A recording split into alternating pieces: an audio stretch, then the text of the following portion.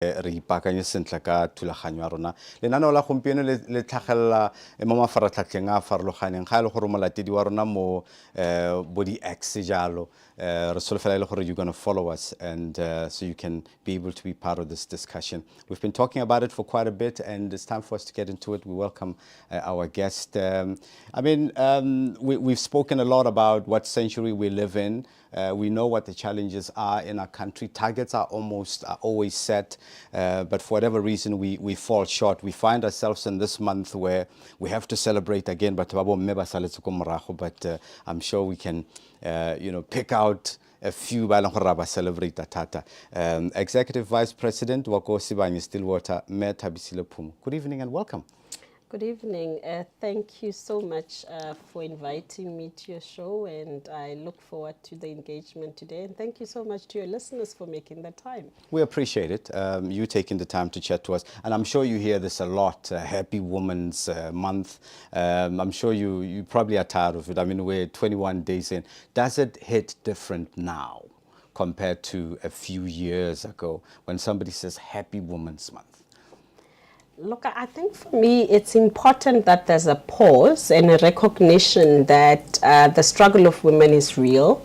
And so for me, even though people talk about Happy Women's Month, I'm almost hoping that people are using the word awareness, replacing the word happy. Almost Happy Women's Awareness Month, so that we can use the month to not only high-five ourselves for the progress that has been made, but to raise awareness of the reality of the women of South Africa and some of the challenges that women in South Africa are facing today. Can you share your journey with us, in terms of, because now you're the Executive Vice President at Sibanye-Stillwater. It's a company that's always in the news. It's a high-profile position, and one doesn't think it was easy to get there. Just in brief, your journey to up until where you are. No, thank you. I think actually I'm one of those people whose journey is a journey of luck and opportunities and networking. Unlike other people, I wasn't actually a very focused person, if I can call it that. I wanted to be a scientist at some point. I wanted to be a French teacher at some point. And so if I look at how I started, I worked for a university, the University of South Africa at some point. I worked for the Commission for Gender Equality. I worked for the United Nations. I did a little bit of teaching.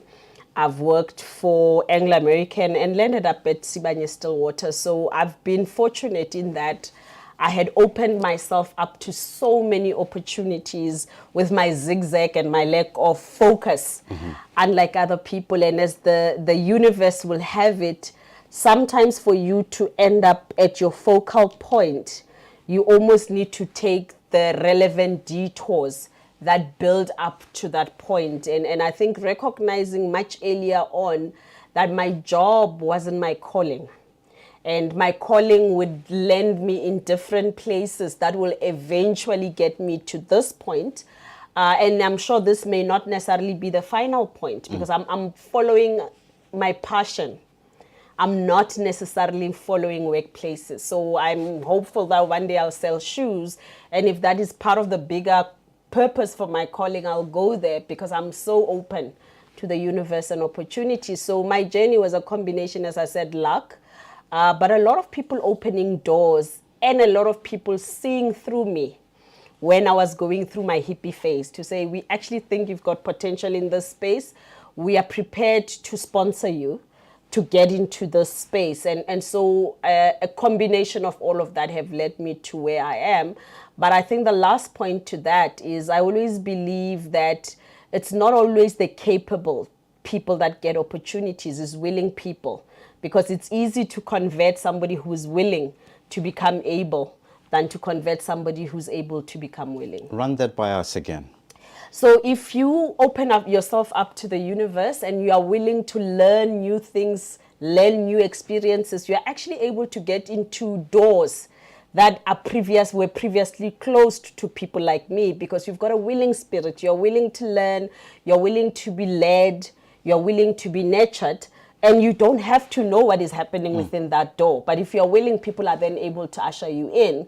Whereas if you want to be in until when you are capable, you're going to find that you tend to self-exclude, because then you don't believe you're the right height, you don't believe you've got the right skills, and as a result, you self-exclude from a lot of opportunities because you don't believe you are ready. Whereas if you are willing, you are always ready, because you don't assume that when you get there, you will be the one that hits the ground running. You are willing to learn, you are willing to be exposed, and you are willing to see new things. You know, when people say it's a male-dominated environment, from a male perspective, we probably don't see it like you would. You mentioned that before coming to Sibanye-Stillwater, you're with another mining house. Talk to me about the time in relation to the environment not being accommodating and not being the most friendly for women. You know, what are some of the innuendos that people are throwing around about woman leadership, for an example? Look, I think the biggest one is people think women are emotional and therefore they can't lead.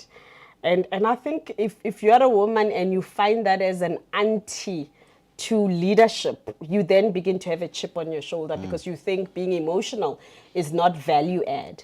But if I look at my journey, which, I mean, the beginning of it was very difficult, but I was lucky enough to be mentored by males who literally, can I say, kicked me into awakening to the reality that when we go to university, there are no classes for males and females. That's true. At graduation day, we all have the same certificate with the same learnings.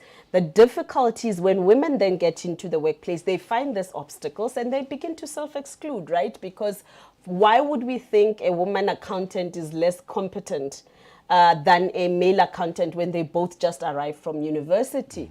So I think culture played a big role to that, but I want to just give you a short anecdote. So I remember at one point I had thought, oh my God, I'm knowledgeable, I'm getting into this space, and I remember being asked to serve tea in this incident, and I was there with my PowerPoint, and I thought I was there to present, and they disregarded that and asked me to make tea. My boss was male at the time, and I called him. I said, I feel disrespected. I'm educated. They're asking me to make tea. And he says, okay, do you have a challenge talking and making tea at the same time? How complex is this tea making that they're asking? Is it different from how you make tea at home?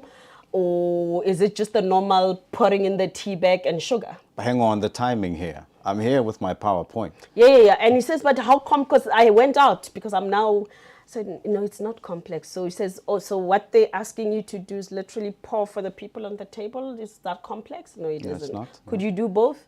Yeah. I said, yes, so go in and do both. Okay. He says, and don't call me about tea problems again.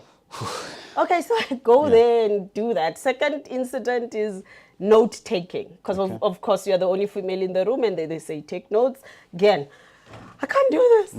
And say, okay, do you have a problem participating and taking notes at the same time? What's complex about this note taking? Are they asking you to use a different machine, different pen? Could you write? Is it easy for you? It's like, okay, could you do both? Yeah. Okay, I can. Now go back now. Last time, don't call me again. But these were two poignant lessons in my life. First one is because I removed the chip off my shoulder with tea making, what I didn't realize is I began to know who prefers what tea and how. Okay. Which meant post the meeting or in any circumstances, if I wanted to knock at the door of somebody whose advice or counsel I needed or technical expertise I needed, I could go in offering them a cup of their favorite tea because I knew it. So it was a lesson in networking. It was an icebreaker. It was an icebreaker. But the second one was about minute taking. So he says, you are in one of the most powerful meetings. You are preoccupied with minute taking. What type of a meeting is that?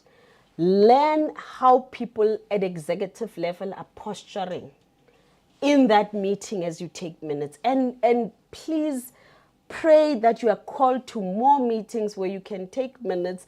While they are looking at a minute taker, you are learning how to posture in executive meetings because that skill will serve you good for one day when you become an executive. And that just kind of opened my eyes to an extent that each time I faced what you call the anti-women, I started trying to find what is the lesson in this. Sure. Could I do it while I was doing the other thing? So I then moved on with the concept of it's not always this or that. It is sometimes this and that. And how do you live in the context of this and that?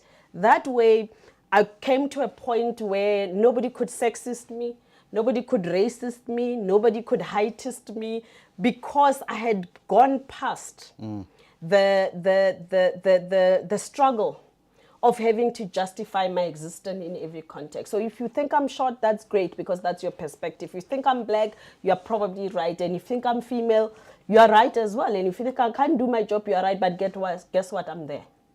And I'm going to prove you wrong. And I don't even need to prove you wrong, because remember, I get there with the context of I'm willing, which means I'm willing to fail, I'm willing to succeed. So I probably pitch myself at a win situation, because either way, I get to move forward. And I think it's a very difficult lesson to learn, because it comes with a lot of tears. It comes with a lot of self-awareness and self-acceptance that you probably are good, but you're not good enough for everybody. And are you comfortable sitting in your own type of good enough? Remo puisanong le the executive vice president kwa Sibanye-Stillwater me Thabisile Phumo go gontsi o ka tsa malebela o ka ithuta go le gontsi mo dipuisanong particularly ga o le motho wa mme o ne le maikaelelo a go tsena mo environmenteng e leng gore rona batho ba borre ka bontsi ra nne re le thiba ke re gate ke patriarchy ke a idumela le nna ke tsere karolo fo. Talk to us about some of the pivotal moments in your career. Look, I think the biggest, and there's been many, right? And maybe let me talk about when I had a moment, when I had a break of trust. You know, sometimes as a person, you're very trusting Sure. of the context in which you operate and the people that you work with. And so for me, it was a breakdown in trust. And at that point, when I got that biggest disappointment in that career moment, I had to choose whether I use the word, whether I could be bought or I couldn't be bought. And walking away saying I'm not for sale was one of the biggest, of the worst moments, because look, when you walk away and you leave everything behind that is beneficial to you, it's not easy. But that was also my biggest affirmation, that I wasn't my things. Okay. I wasn't my position. I wasn't my job, but that's why I talk about following my calling, because if you are able to transcend the things that come with your job, the perks, the status and all of that, you actually emerge as an individual who's able to know that with or without these things, you still are Thabisile. And I think for me, that was the most poignant moment. It actually got me to appreciate that there's only one thing the universe or God wants us to do, is to make an impact. And that impact, you could make it selling shoes. That impact, you could make it in the job that I am. You could make it actually being a housewife. And all of those three scenarios are okay if they resonate with your goals and your existence at that point in time. It's interesting you should say that. A while ago, I was interviewing a traditional healer who said the same thing in terms of healing, that it's not everyone that's meant to heal who's supposed to have a little ndumba and throw bones. Sometimes you heal people with where you are, with what you do, and the combination of the two. You then served obviously in different organizations. There was the United Nations High Commissioner for Refugees. Yes. I'm going through your CV now. And you mentioned Commission for Gender Equality. Yes. How do you prepare for these roles? Look, for me, because as I said, unlike other people, I didn't have that nice plan that from here I go there. I've always been a willing hippie. You're right? Adaptable. I'm adaptable, but I'm a hippie. I'm open for opportunities. And I think what drives me in the work that I do, I need to find something I'm passionate about. I need to find something I like. If I don't like, I'm not able to be impactful or effective for that matter. So how do you prepare? Be open to learn. Know that you will never know everything. I mean, I graduated 1,000 years ago, if I look at my age. the things that I studied then and the things that are happening now are completely different things. So if you make yourself in a perpetual scholar, you are always prepared as best as you can for these roles. You get into every space with what I call professional humility.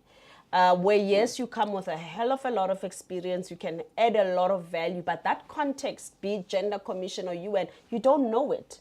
So you're going to spend a year or so learning the mechanics, understanding that culture, and then only then beginning to make an impact in that context. So if you walk like that, and that's why I don't believe in that 100 days thing. I actually don't know who came up with it. I don't 100 believe days? where they say 100 day in office, you must have done something. No, 100 days you are greeting people.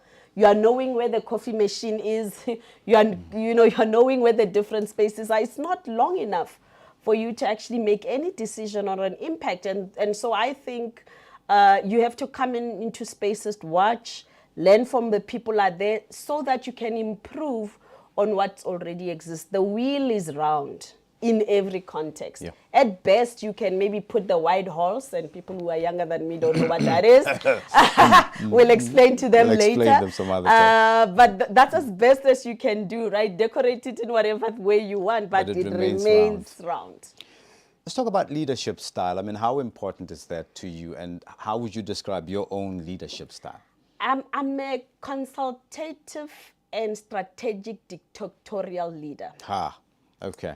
Consultative means I will sit with people, we will unpack the problem, because I'm very big on you can't solve what you don't know and understand. So we spend a lot of time with the team agreeing on what the problem is, consulting each other on what the solutions potentially could be. But when I say I'm a strategic dictator, at a certain point, somebody needs to put their neck on the line and say, we're going left. So there's that space that exists in my leadership where I'm no longer asking, because we've probably workshopped it enough, we've consulted enough, but somebody needs to say left or right. And I have two heads or tail. In my own mind, put a heads or a tail on and we're going left. And somebody needs to always appreciate that level of strategic dictatorship is necessary in taking organizations forward, in getting outcomes. Because otherwise, if you're too consultative, 6 days later, you're still consulting. So I use a combination of that. Let's talk about some of the biggest challenges facing the mining sector today. Talk to us about that, and in the context of how your company is addressing them. Look, I think the challenges facing the mining sector are many. And let me focus on the ones that pertain to society. I mean, if you look at South Africa, the economy of South Africa was developed on the bedrock of mining. Yes. However, you then have national legislation that doesn't take into account the significance or the strategic role that mining plays in the country, and therefore you are finding that it is not welcoming or creating a conducive environment for further investment into the industry. And so that for me is a big one. The second one, which pertains to the industry, is the trust deficit between the industry and its stakeholders. I mean, the posturing of government, the posturing of communities against mining is as a result of the historical challenges. I mean, we know the legacy of mining, and therefore that rebuilding of trust between communities that actually begin to appreciate that if you look at a community like Rustenburg, the bulk of the infrastructure in Rustenburg, be it schools or clinics or roads, actually were built by the mines. But there's no appreciation of that fact, but also the fact that mining is the biggest employer in these jurisdictions. So if miners don't go to work, people are not even able to make that there's a direct correlation between a job at ShopRite or at KFC to a mine job. Because if you remember when we had those strikes in the mining industry, a lot of the other companies felt the brunt because the miners were no longer getting into that space. So that trust is killing the growth that could otherwise be taken advantage of because mining companies and their communities don't seem to find each other. And the over-reliance, of course, of local government on mining companies. I mean, in most of the mining jurisdictions, you would find that because the mines are the biggest employers, they're the biggest revenue generator, local municipalities tend to delegate their responsibilities to the mines. And you can imagine, I mean, with this squeezed economy, with metal prices and all of that, mining, we spend what we make.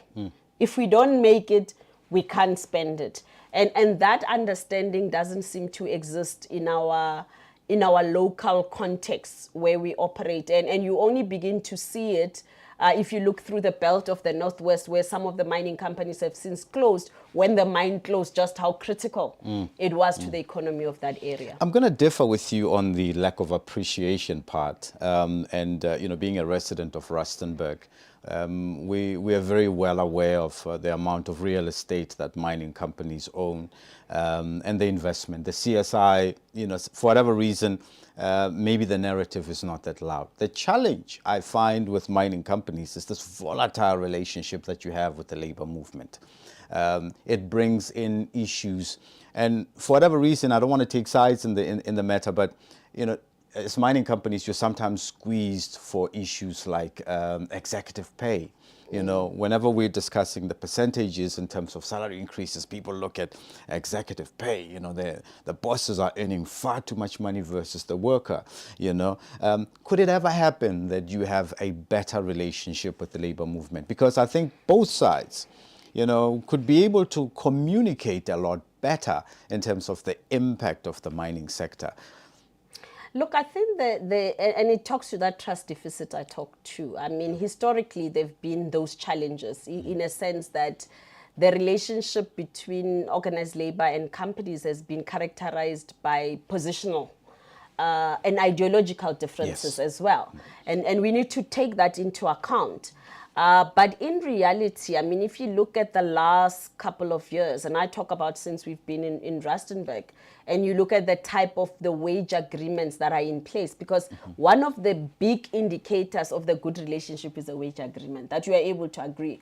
So if I talk about our company in particular, we've got a 5-year wage agreement in place in the Northwest, something that has not been heard of in the recent past. And also remember when in 2012, and we're just coming on the back of Marikana, where people were fighting for 12,500, mine workers have far exceeded that amount. And in fact, if anyone did an analysis, you will find that mine workers earn more than teachers. Mine workers, yes, they earn more than the police because they've exceeded that threshold. And there we are not even counting bonuses that they could make in their respective places. So there has been a lot of movement in terms of benefits and making sure that the salaries get to a point where they need to get to. But the issue of executive pay, which always gets thrown around, is not common to the mining industry. It's a global concept that looks at remuneration from a different perspective, right? The banking sector has a similar problem. It's not even a problem. It's people being recognized for the risk that they take, for the jobs that they do. And I think that perspective gets lost in the battle when people are discussing wages and they're not able to see the progress that has been made. If I look at the fact that there's ideological differences, there almost needs to be an appreciation that unions are maybe coming from maybe a socialist or a communist perspective, engaging with a business that is capitalist by design. So you are finding that there's a clash ideologically, which actually puts this relationship on the back foot from the get-go. But the fact that we've been able to find each other, the fact that you haven't seen that character of lots of strikes in a lot of these instances is beginning to tell you that there is a shift. But I think the biggest thing that employees, employers, and communities need to appreciate, we all want the same thing, right? We all want economic growth, and jobs that are created by mining companies are fostering economic growth. Now, we may have different ways in which we want this economic growth, but the reality of it, I think it's improving. But I think when we have a conflict, the public needs to appreciate that a conflict is also a healthy thing. just because people don't agree and they strike and all of that, it doesn't make the relationship bad. It just means they found a mechanism that they can use to unlock that deadlock. And I think South Africans are conflict averse. And I'm not encouraging conflict, but I think we need to get into a space where it's okay. I mean, you go to France where the French pretty much go out on strike every other day. Every other day, but it's not a national crisis, Sure. and people don't reflect on it the way they reflect on it in South Africa. And I think if we begin to be as healthy as France, where if there's going to be a protest, everybody allows it, people go there and pick it and come back, and I'm hoping we'll get there. Nobody sees it as negative, but rather as employees being enabled to assert their rights. We're going to go for a break. When we come back, I'd like for you to talk to us about any projects or any achievements, by Sibanye-Stillwater that you're particularly proud of. I'll just give you a personal one from my end. Obviously, not being someone that's been following the mining sector a lot, that whole transition of Lonmin, Sibanye-Stillwater, and all these projects that you've been working with the community on. For me, as an individual standing on the side, a watcher's point of view, I found those to be very admirable, but I'm sure you've got a lot more. We're taking a short break. We're coming back discussing a lot more life and money. Thabisile le the Executive Vice President wa kwa Sibanye-Stillwater, Thabisile Phumo. Thank you for being in tune with us. You could win your cash back. Plus, save up to 40% while stock lasts. Get an orthopedic rest for 3,999 rands and get orthopedic premium for 4,999 rand. Visit us today at Matrosana Mall, Klerksdorp, Baffeldorn, Porch, Mafikeng, or Rustenburg stores. The Bet Shop. 30 years of comfort, quality, and unforgettable sleep experiences. Are you a fan of UFM and want to stay connected wherever you go? With the UConnect app, you can carry your favorite shows wherever you go. Simply register on the UConnect app and never miss a thing. Download the app now. Available on the App Store, Google Play, and Huawei App Gallery. Remember, under the POPI Act, your information is protected. Check out the privacy policy on the app for more information. UFM, in tune with you. Here's to the rebirth of radio. Radio that's in tune with its listener, in tune with you. That's what radio is all about. You are radio and radio is you. So you deserve radio that reflects you and your world, your lifestyle, your aspirations, and your ever-changing music taste.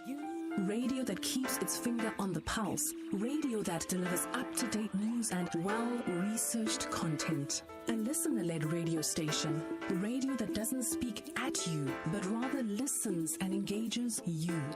The rebirth is here. Radio that laughs with you, cries with you, celebrates with you. Radio that understands you. Our purpose is to use the magic of radio to inspire the human race. That's why we do what we do. We listen to inspire.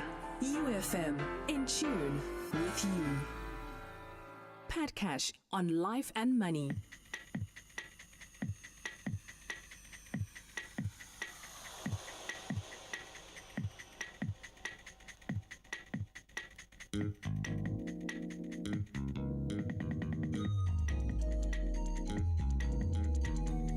Life and Money on UFM. Thank you so much for joining us. The first hour of the show, we normally dedicate it to business. And today we're looking at a businesswoman who's doing well in her industry. Baholola ituri ki bua tata ka mining, haisa mining ki bua ka agriculture. Ditiro tse leng gore di tlholwa ke the mining industry.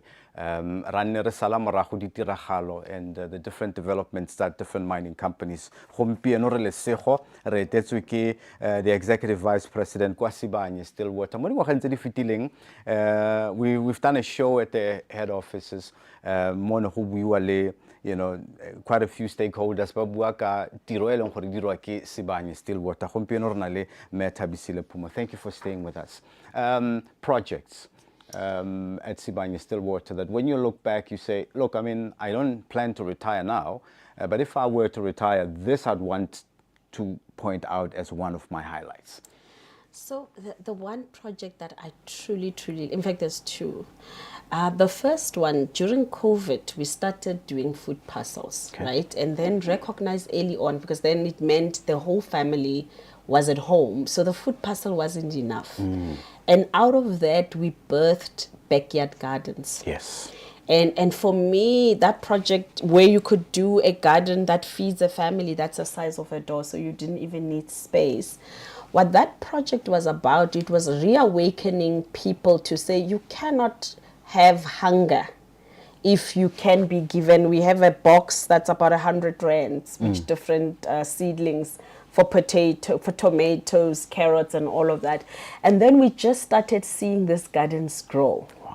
Where different households are now planting their own gardens. There's a lady that I like so much in Majakaneng. She one day says to me, if you can give me netting, I'm turning my whole yard into a garden. And that house in Majakaneng, all of it is a yard. She started giving it for family, sharing with neighbors. She's now selling.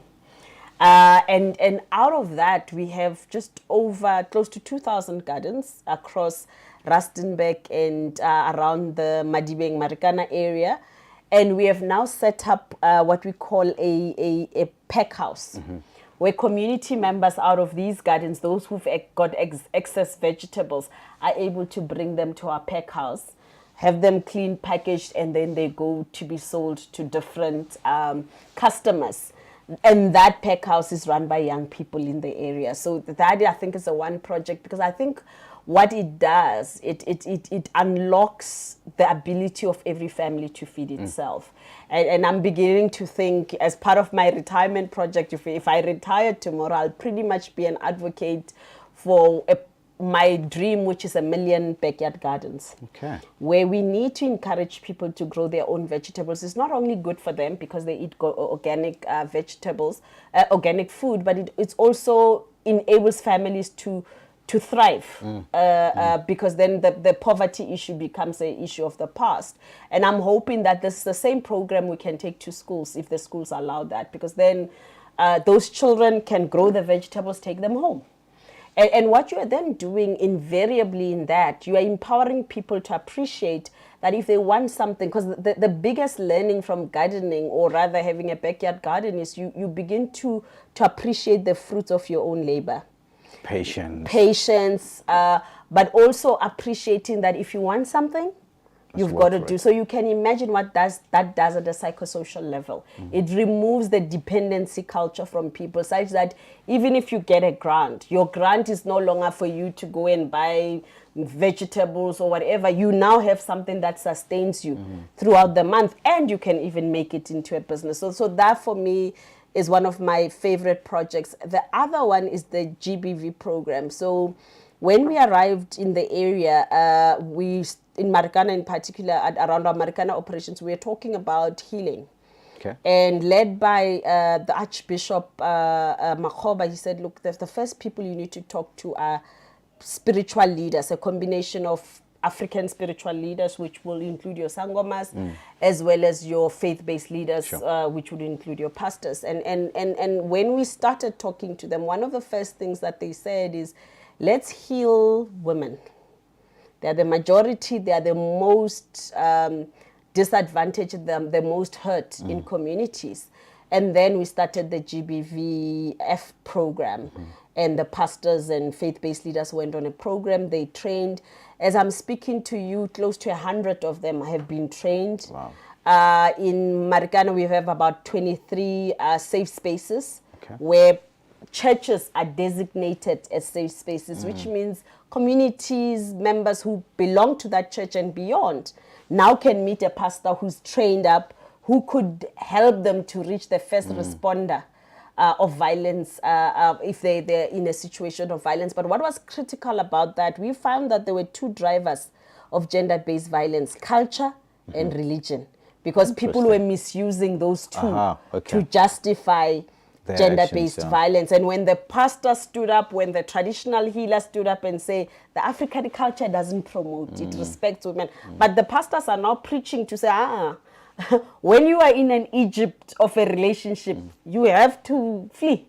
You have to leave Egypt to go to Canaan. And so those kind of of narratives, I think, are what will save people who are in dire and dangerous situations. But the work that we're doing with them is preventative, because there's also programs that they are doing with young boys, intervening at that level, intervening with young girls as well, to make sure that at least for those who become victims, there is support post that. But for those who are potential victims, we can actually stop that long before it happens. So that healing and preventative approach to GBVF has been one of my highlights. And they're both good at a professional level, but I think they are closest to my heart because, as I've said, I've worked for the Gender Commission. But secondly, I love agriculture in a sense that the biggest gift you can give yourself is your ability to feed yourself. Let's talk about some of the biggest opportunities for growth that you see for Sibanye, and how you think your company can take advantage of them. Look, you probably know we are now a global company, so we've managed to grow from becoming just a normal mining company into a green metals company. So we've already taken advantage of that as Sibanye, where we want our mining to improve lives, reverse climate change. But I think there's a lot more opportunities within South Africa as well. And I'm not talking about expansion, but I'm talking about improving what we are doing in the context that we are doing from a productivity perspective, but also ensuring that we improve the lives of our people by doing things that are different for them. And I mean, I'll give you an example. We've got a program where we're working with our employees and their families on financial literacy. Because once you turn the tide on financial literacy, you literally change the economies of those families. And lastly, hopefully, we can be able to do much more sustainable programs in communities so that we can prepare them for when the life of mines of our operations end. Which is when?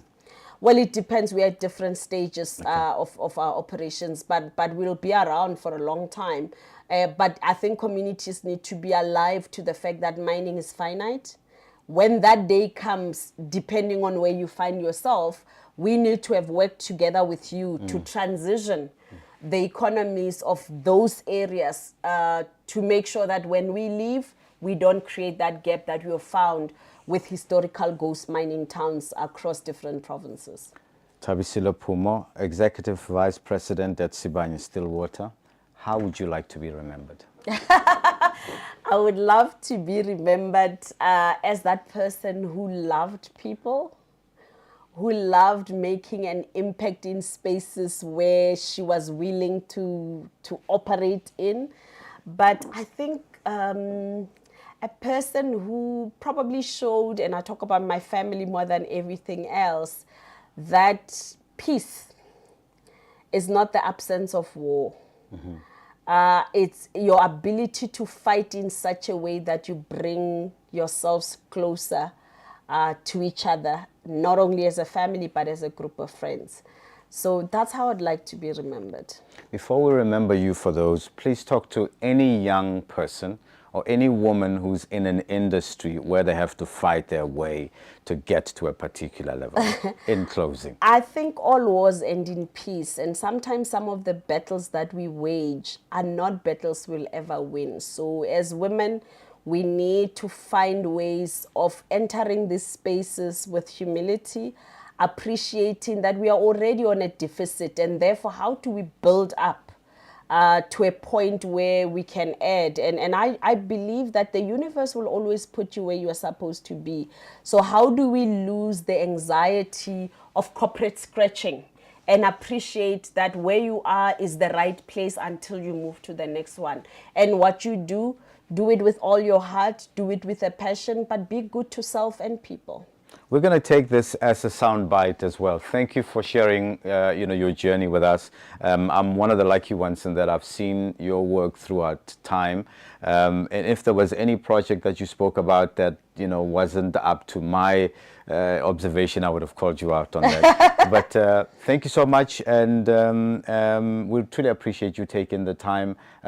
People like you are walking so that the next generation can fly, and we appreciate your time on the show. Thank you so much for the invitation. I really do appreciate it. Oh, thank you. Re haralafa ka pua rona Setswana re ba khutlofa. Meyo le tle go utlwa dintlha kgolo tsa puisano ya rona mo mafaratlhatlheng mo matsatsing a tlang gape ke Thabisile Phumo ke ena Executive Vice President kwa Sibanye-Stillwater.